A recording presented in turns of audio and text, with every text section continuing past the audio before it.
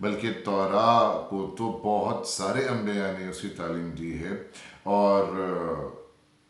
بہت عرصے تک بنی اسرائیل کی سب سے بڑی جو ہدایت رہی ہے بنی اسرائیل کے لیے وہ توراہ ہی ہے، حتیٰ کہ آخری نبی جو بنی اسرائیل کی چین میں ہمیں ملتے ہیں حضرت عیسیٰ علیہ السلام، ان کو بھی اللہ تبارک و تعالی نے توراہ کا پورا علم دیا تھا۔ سورہ مائدہ میں آیت نمبر 110 میں اللہ تبارک و تعالی نے حضرت عیسیٰ کے بارے میں فرمایا کہ وَيُعَلِّمُهُ التَّوْرَاةَ وَالْإِنْجِيلَ، کہ اللہ تعالیٰ نے ان کو تورات کا علم بھی دیا، اور انجیل تو نازل ہی حضرت عیسیٰ علیہ السلام پہ ہوئی، جس سے ہمیں یہ پتہ چلتا ہے کہ انجیل نے ایبروگیٹ نہیں کیا، منسوخ نہیں کیا توراہ کو، ورنہ ہوتا کیا ہے کہ جب اگلی کتاب آتی ہے تو وہ پچھلی کتاب کو منسوخ کر دیتی ہے، جیسے قرآن کریم آیا، پچھلی کتابیں منسوخ ہو گئیں، ہمیں اب پچھلی کتابوں کو پڑھنے کی سمجھنے کی ضرورت نہیں ہے، قرآن ہمارے لیے انف گائیڈنس ہے۔ لیکن انجیل توراہ کے لیے ایبروگیٹر، ناسخ نہیں تھی، بلکہ اس کے اندر ایڈیشن تھی، اس کا ایک ایڈنڈم تھا، اس کے اندر ایک اضافہ تھا، اسی لیے جو توراہ ہے اسے اولڈ ٹیسٹمنٹ کہا جاتا ہے، عہد نامہ قدیم، اور جو انجیل ہے اسے کہا جاتا ہے دا نیو ٹیسٹمنٹ، عہد نامہ جدید، اور دونوں کو ملا کے بائبل کہا جاتا ہے، جس میں کرسچن ورلڈ جو ہے وہ بلیف کرتا ہے۔ اور یہ بھی فرق بتایا ہے علماء نے انبیاء اور رسولوں کے درمیان کہ رسول کبھی قتل نہیں کیا جا سکتا، پورا شہر مل کر آ جائے، پوری دنیا مل کر آ جائے رسول کو قتل کرنے، وہ رسول کو قتل نہیں کر سکتے، وہ اللہ تعالیٰ کی اسپیشل پروٹیکشن میں ہوتا ہے۔ جیسے حضرت عیسیٰ علیہ السلام کو قتل کرنے کے لیے یروشلم کے سارے ہی یہودی پہنچ گئے، لیکن ہاتھ بھی نہیں لگا سکے، اور اللہ تبارک و تعالی نے انہیں آسمانوں میں اٹھا لیا۔ قرآن کریم نے صاف کہا وَمَا قَتَلُوهُ وَمَا صَلَبُوهُ وَلَكِنْ شُبِّهَ لَهُمْ، کہ نہ تو انہوں نے ان کو قتل کیا، نہ ہی ان کو سولی پہ چڑھایا، بلکہ وہ شبے میں ہیں، وہ ڈاؤٹ میں ہیں۔ یہ میں ڈیٹیل اس کی جو ہے اس واقعے کی تفصیل آپ کو حضرت عیسیٰ علیہ السلام کے لیکچر میں دوں گا۔ اور اللہ تبارک و تعالیٰ نے فرمایا بل رفعہ اللہ الیہ، اللہ تبارک و تعالیٰ نے انہیں اپنے پاس اٹھا لیا۔ حضور اکرم صلی اللہ علیہ وسلم پر کتنے مرڈر اٹیمپٹس ہوئے ہیں، ہجرت کے وقت آپ کو جو ہے آپ پہ سب نے مل کر تلواریں چلانے کا پلان بنایا تھا، آپ کے اوپر بنو نذیر نے قلعے کی دیوار کے اوپر سے ایک بڑا پتھر گرا کے آپ کو قتل کرنے کا اٹیمپٹ کیا تھا، خیبر میں آپ کو زہر دے کے قتل کرنے کی کوشش کی گئی تھی، جادو آپ کے اوپر کروایا گیا جو آپ کو معلوم ہے، سورہ فلق اور سورہ ناس کا بیک گراؤنڈ ہے، سارے اٹیمپٹس کیے، لیکن رسول قتل نہیں ہوتا۔ ہاں انبیاء قتل ہوتے ہیں، شہید ہونا بھی ایک بہت بڑا اعزاز اور ایک بہت بڑا آنر ہوتا ہے، تو انبیاء کو قتل کیا ہے، جس کا ذکر قرآن کریم میں کئی جگہ ہے وَيَقْتُلُونَ الْأَنْبِيَاءَ بِغَيْرِ حَقٍّ۔ یہ بڑے ہی سرکش اور سخت دل تھے بنی اسرائیل، انہوں نے ان کی طرف اللہ تبارک و تعالی نے بے تحاشا انبیاء کو بھیجا ہے، اور حضرت اسحاق علیہ السلام سے لے کے حضرت عیسیٰ علیہ السلام تک تقریباً 4000 انبیاء ان کی طرف مبعوث کیے گئے ہیں ان کی ہدایت کے لیے، لیکن انہوں نے بہت سو کو قتل کیا۔ حضرت عیسیٰ، حضرت زکریا اور حضرت یحییٰ علیہ السلام جیسے عظیم الشان انبیاء کو انہوں نے قتل کیا ہے، تو یہ ایک فرق ہے۔ تو حضرت ادریس علیہ السلام کے بارے میں یہ بتایا جاتا ہے کہ 30 صحیفے ان پہ نازل ہوئے، تو اس لحاظ سے وہ رسول ہیں، اور حضرت ادریس علیہ السلام حضرت نوح علیہ السلام کے پردادا بھی ہیں، کیونکہ حضرت نوح کے والد کا نام لامک تھا، ان کے والد کا نام متوشالہ تھا، ان کے والد کا نام ادریس تھا، تو حضرت ادریس علیہ السلام اور حضرت نوح علیہ السلام میں دو جو جنریشنز ہیں وہ آتی ہیں۔ حضرت ادریس علیہ السلام کا جو لفظ ہے ادریس، یہ درس سے نکلا ہے، اور درس آپ کو معلوم ہے کہ اسٹڈی کرنے کو بولا جاتا ہے۔ حضرت ادریس علیہ السلام کے بارے میں جو خاص بات نقل کی جاتی ہے وہ یہ کہ حضرت ادریس علیہ السلام کو اللہ تبارک و تعالی نے بہت سی زبانوں پر عبور دیا تھا۔ حضرت ادریس علیہ السلام کو بعض لوگوں نے پروفٹس آف دا فلاسفرز کہا ہے، بہت ساری ڈفرینٹ برانچز آف نالج میں حضرت ادریس علیہ السلام کو کمال حاصل تھا، علم نجوم کے اندر ان کو کمال حاصل تھا۔ حضرت ادریس علیہ السلام نے بہت ساری صنعتوں کی بنیاد رکھی ہے، بہت سارے ٹولز ایسے ایجاد کیے ہیں کہ جو انسانوں نے اس وقت تک ایجاد نہیں کیے تھے اور ان کو ان کی خبر نہیں تھی۔ فیبرک یعنی کپڑا حضرت ادریس علیہ السلام نے ایجاد کیا اور سب سے پہلے بنایا، اور حضرت اس سے پہلے جو لوگ تھے وہ جانوروں کی کھالوں کے ذریعے سے اپنے جسم کو چھپایا کرتے تھے، تو کپڑا آپ کی ایجاد ہے۔ پھر حضرت ادریس علیہ السلام نے سب سے پہلے لکھنا سکھایا، سب سے پہلے جس نے قلم کو بنایا اور سب سے پہلے جس نے لکھا اور لکھنا لوگوں کو سکھایا، وہ بھی ایٹریبیوٹ کیا جاتا ہے کہ حضرت ادریس علیہ السلام ہی کو یہ اعزاز حاصل ہے کہ انہوں نے یہ کیا ہے۔ پھر انبیاء میں جہاد سب سے پہلے کافروں کے خلاف اور اللہ کے دشمنوں کے خلاف کرنے والے بھی ادریس علیہ السلام ہی کو بتایا جاتا ہے۔ انہوں نے پہلے عراق میں تعلیم و تبلیغ کا کام کیا، 40 سال کی عمر میں ان کو نبوت ملی، اور اس کے بعد پھر وہ ایجپٹ چلے گئے مصر میں اپنے فالوورز کو لے کے، اور انہوں نے ہجرت کی اور وہاں پہ انہوں نے ایجپٹ میں رہائش اختیار کی۔ تو یہ حضرت ادریس علیہ السلام کے بارے میں ساری باتیں منقول ہیں۔ اور حضرت ادریس علیہ السلام کے بارے میں جو میں نے آپ کے سامنے آیت پڑھی کہ وَرَفَعْنَاهُ مَكَانًا عَلِيًّا، کہ ہم نے ان کو اٹھا لیا ایک اونچے مکان کی طرف، ایک اونچے مقام کی طرف، اس کا کیا مفہوم ہے؟ تو اس کی تفسیر میں حضرت عبداللہ بن عباس سے نقل کیا جاتا ہے کہ انہوں نے کعب الاحبار سے اس کے بارے میں پوچھا۔ لیکن کعب الاحبار جو تھے یہ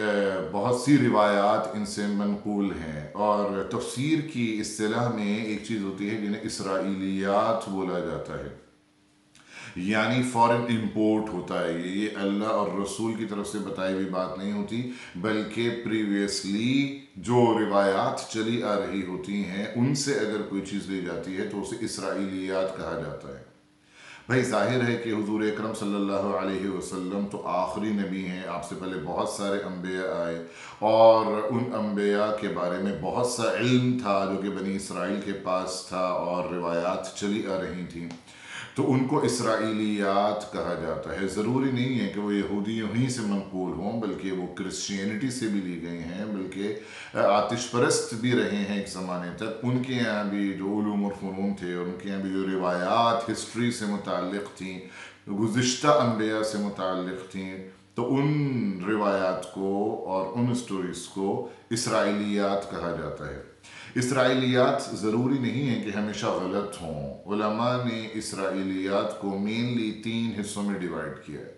کچھ روایات تو ایسی ہیں جو بعینی ہی مطابقت رکھتی ہیں قرآن اور سنہ کے علم سے، تو ایسی صورت میں ان کو قبول کیا جاتا ہے۔ کچھ اسرائیلیات ایسی ہیں، کچھ روایات اسٹوریز ایسی ہیں جو کہ قرآن کے نص کردہ چیزیں جو قرآن میں منصوص ہیں، کلیئرلی موجود ہیں، ان سے کانٹراڈکٹ کر رہی ہیں، ان سے متصادم ہیں، تو ان کو ریجیکٹ کر دیا جائے گا اوبویسلی۔ اور کچھ اسرائیلیات ایسی ہیں کہ جو نہ تو ان کی سپورٹ میں ہمیں قرآن اور سنہ میں کوئی چیز ملتی ہے، نہ ہی ان کے کانٹرڈکشن میں قرآن اور سنہ میں ہمیں کوئی چیز ملتی ہے، تو اس کو قبول کرنا نہ کرنا پھر انسان کے اوپر ہوتا ہے کہ اس کو لیا بھی جا سکتا ہے اور اس کو ریجیکٹ بھی کیا جا سکتا ہے۔ بہرحال تو اس طرح سے 3 کیٹیگریز میں اسرائیلیات کو ڈیوائیڈ کر دیا گیا ہے، اور زیادہ تر جو سورس ہمارے یہاں ہیں اسرائیلیات کے وہ یہی صاحب ہیں، کعب الاحبار کہ جن کی برتھ جو تھی وہ تو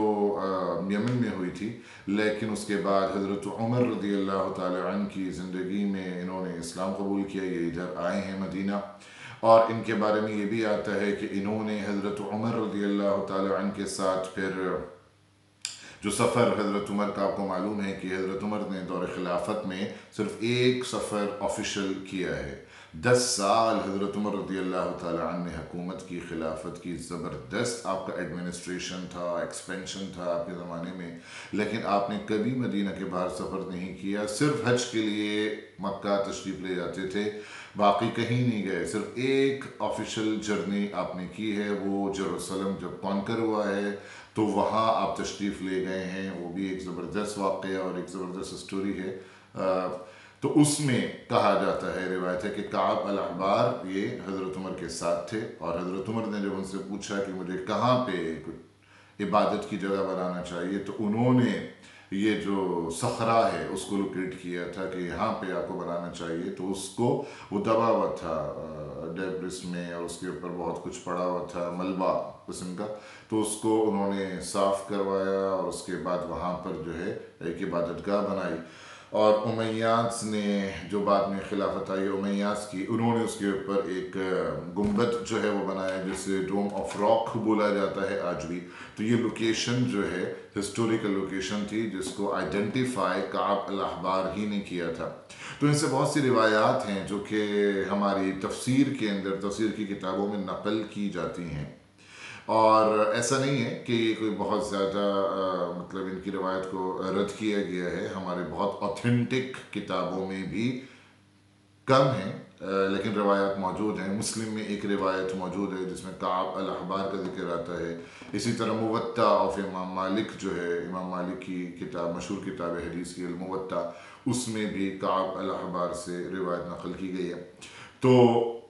ان کے حوالے سے ابن کثیر نے اپنی تفسیر میں لکھا ہے کہ جب عبداللہ بن عباس نے کعب الاحبار سے پوچھا کہ اس آیت سے آپ کیا سمجھتے ہیں، وَرَفَعْنَاهُ مَكَانًا عَلِيًّا، جو ادریس علیہ السلام کے بارے میں اللہ فرما رہے ہیں سورہ مریم میں، تو کعب الاحبار نے ایک واقعہ نقل کیا، اور وہ یہ کہ ادریس علیہ السلام کو اللہ تبارک و تعالی نے یوں کہا تھا کہ تمہیں ہر دن اتنی نیکیاں تمہارے اکاؤنٹ میں ڈالی جائیں گی کہ جتنے بھی لوگ زمین پر نیکیاں کر رہے ہیں ان کو تو وہ نیکی ملے گی، لیکن ان کی نیکی تمہارے نامہ اعمال میں بھی ڈالی جائے گی. جیسے کہ ہوتا ہے نا کہ اگر کسی شخص نے کسی کو نیکی کے راستے پہ لگایا، کسی نے کام کا بتایا، تو اس کو تو ثواب ملے گا، لیکن جس نے اس کو سمجھایا اور نیکی کی طرف بلایا اور نیک کام کی تعلیم دی، اسے بھی اس کا ثواب ملے گا. تو حضرت ادریس علیہ السلام کے اندر یہ شوق پیدا ہوا کہ میں اپنی عمر کو طویل کروا لوں، کیونکہ مجھے ہر دن اتنی نیکیاں حاصل ہو رہی ہیں، تو اگر عمر زیادہ ہوگی تو اور زیادہ مقام بلند ہوگا. تو اس روایت کے مطابق انہوں نے ایک فرشتے سے کہ جن سے ان کی دوستی تھی اور ان کا بڑا اچھا تعلق تھا، اس سے یہ ریکویسٹ کی کہ مجھے ملک الموت کے پاس لے چلو، مجھے ان سے بات کرنی ہے. تو وہ فرشتہ ان کو چوتھے آسمان میں لے گیا اور وہاں پہ ملک الموت سے ملاقات ہوئی، اور ملک الموت سے اس فرشتے نے کہا کہ ادریس تم سے کچھ بات کرنا چاہتے ہیں. تو انہوں نے کہا کہ وہ کہاں ہیں؟ تو انہوں نے کہا میری پشت کے اوپر ہیں. تو ملک الموت نے کہا کہ یہی بات تو میں سوچ رہا تھا کہ ادریس کی روح قبض کرنے کا وقت ہے، اور میرے پلینر میں لکھا ہے اور میرے اس کے مطابق، ریکارڈ کے مطابق، ان کی روح مجھے چوتھے آسمان میں قبض کرنے کا کہا گیا، اور ادریس تو زمین پہ ہے. تو میں یہ سوچ رہا تھا کہ یہ کیسے ہوگا، اور ادریس خود ہی اس رشتے کے ساتھ چوتھے آسمان پہ پہنچ گئے. تو وہاں ان کی روح کو قبض کر لیا گیا. چوتھے آسمان پہ حضرت ادریس کا ہونا ایک اور روایت سے بھی ثابت ہے، جو حضور اکرم صلی اللہ علیہ وسلم کی روایت ہے آپ کی معراج کے سفر کے بارے میں. آپ کو معلوم ہے کہ معراج کی رات میں حضور اکرم صلی اللہ علیہ وسلم نے 7 آسمانوں کی سیر کی ہے، 7 آسمانوں پہ تشریف لے گئے ہیں، اور ہر آسمان پہ کسی نہ کسی نبی سے آپ نے ملاقات کی ہے. پہلے پہ حضرت آدم سے، دوسرے پہ حضرت یحییٰ اور حضرت عیسیٰ سے، تیسرے پہ حضرت یوسف سے، اور چوتھے پہ حضرت ادریس سے، 5ویں پہ ہارون سے، 6ٹھے پہ حضرت موسیٰ، اور 7ویں پہ حضرت ابراہیم علیہ السلام سے آپ نے ملاقات کی. تو چوتھے پہ اس روایت میں بھی کیا ہے کہ حضرت ادریس علیہ السلام سے آپ کی ملاقات ہوئی ہے. تو یہ باتیں حضرت ادریس علیہ السلام کے بارے میں ہمیں ملتی ہیں قرآن کریم